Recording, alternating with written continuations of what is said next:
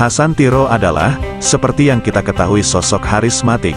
Ia disegani bahkan mungkin dicaci karena perlawanannya yang membutuhkan hampir setengah abad lamanya agar bangsa Aceh sadar akan posisi politiknya,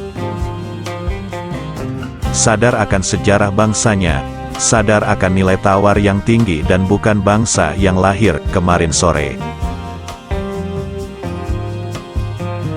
Bermodalkan senjata api tua sisa-sisa perjuangan Daud Bereh, tokoh DITII di Aceh, Hasan dan pendukung setianya di Aceh menghadapi TNI yang waktu itu sudah dilengkapi senjata yang modern.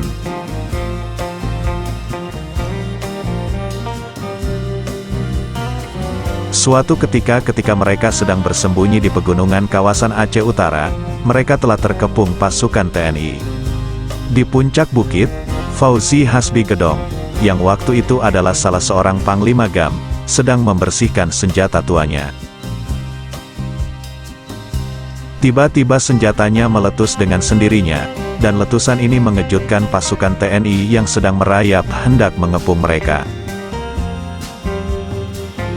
Tembakan balasan pun terdengar, dan kelompok Hasan pun lolos dari kepungan pasukan TNI.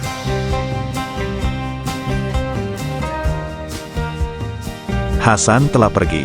Akan tetapi, nilai perjuangan yang diwariskannya membekas dalam dada bangsanya. Bangsa yang tak mudah ditundukkan dengan mesin perang. Meskipun Aceh tak jua merdeka, setidaknya pelajaran yang dapat diambil dari perjuangan beliau adalah harga diri sebuah bangsa tak dapat dijual murah, apalagi mengobralnya. Demikian, salam damai, salam Sandawari.